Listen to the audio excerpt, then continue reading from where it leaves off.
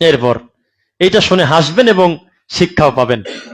উমর বিন আব্দুল আজিজ, যার নাম বললাম একটু আগে, তিনি প্রধানমন্ত্রী তখন।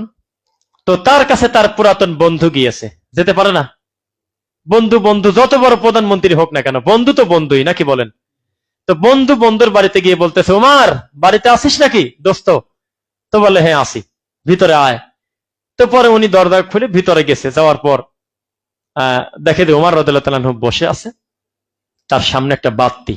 তখন তার এইসব আলো ছিল, এটা আমরা মনে করি না। এত হাই ভোল্টেজের বাতি ছিল তা আমরা মনে করি না। সাধারণ বাতি তার সামনে জ্বলতেছে, চেরাগ বলেন, বাতি বলেন। যেই বন্ধু দেয়া বলছে আসসালামু আলাইকুম, সঙ্গে সঙ্গে ফু দিয়ে বাতি নিভে গেছে।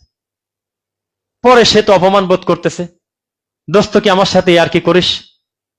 আমি এতকাল পর তোর বাসায় আসলাম, তুই আমার দোস্ত, তুই প্রধানমন্ত্রী, এটা দুই দোস্ত গল্প করবো আর তুই বাতি নিভে দিলি ফু দিয়ে, এটা কি আমার অপমান না?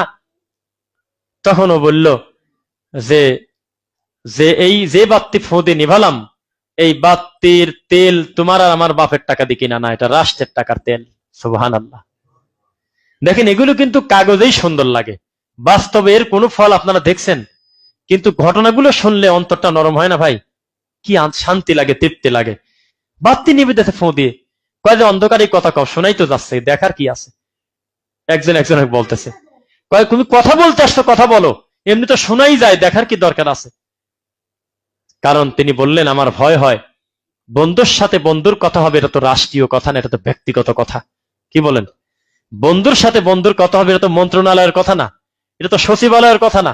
আমার ভয় হচ্ছে তোমার আর আমার নিজস্ব কথার কারণে এই বাইতুল মাল, এই দেশের সম্পদের তেল না খানি ফুরিয়ে যায় বেশি, তাই আমি ফোঁদি নিভাই দিলাম। তিনি শেষের দিকে একটা কথা বলছিলেন ওই বন্ধুটা, যে দোস্ত সবই বুঝলাম, জীবনে ছেলে ফেলের জন্য কিছু রেখে গেলেনি, একটু জমি জমাও করলি না। তখন উনি বলল, কে বলছে সন্তানদের জন্য কিছু রেখে দেয় নাই? সন্তানদের জন্য আমি রেখে গিয়েছি মহান আল্লাহর ভয়। সুবহানাল্লাহ।